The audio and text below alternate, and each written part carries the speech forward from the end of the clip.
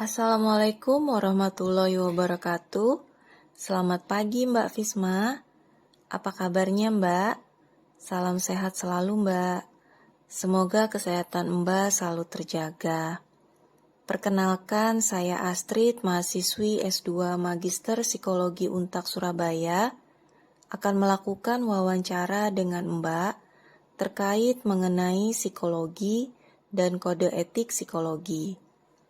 Saya akan mengajukan beberapa pertanyaan kepada Mbak dan mohon berkenan untuk memberikan informasi karena Mbak adalah narasumber yang tepat sebagai salah satu ilmuwan psikologi.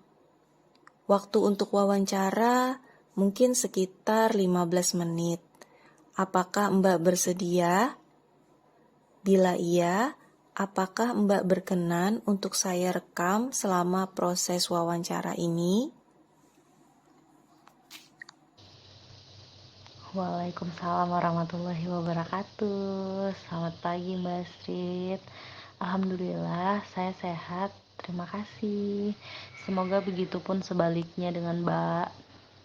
Baik Mbak, saya bersedia untuk wawancara ini dan bersedia untuk direkam.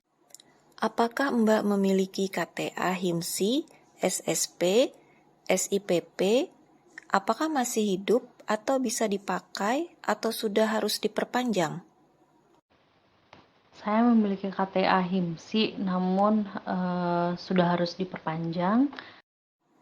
Apakah Mbak berpraktek sendiri atau bersama dengan teman? Saya memiliki layanan psikologi yaitu Biro Psikologi Kuantum Nusa yang ada di Yogyakarta, cabang Yogyakarta.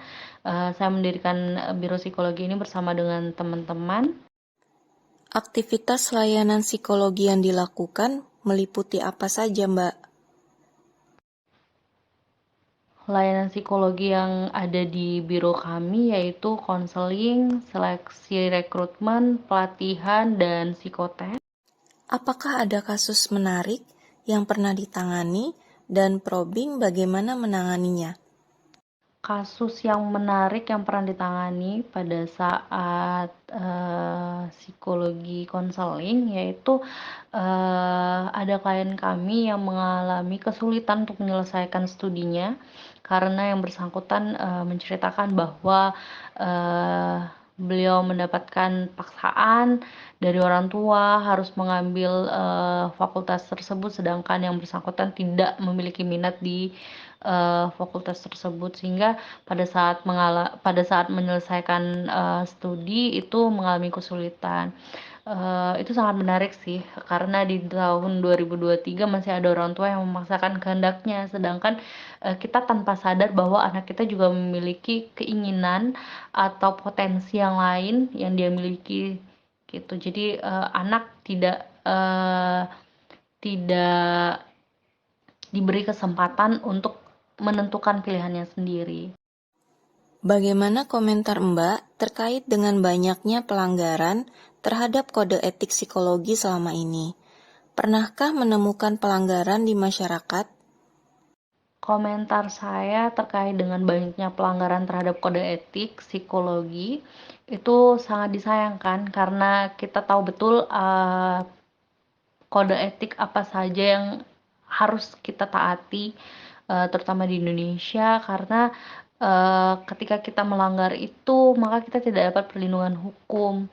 Kemudian juga banyak sanksi-sanksi lainnya akan kita terima. Sekarang sudah berlaku Undang-Undang PLP nomor 23 tahun 2022. Bagaimana pendapat Mbak mengenai hal ini?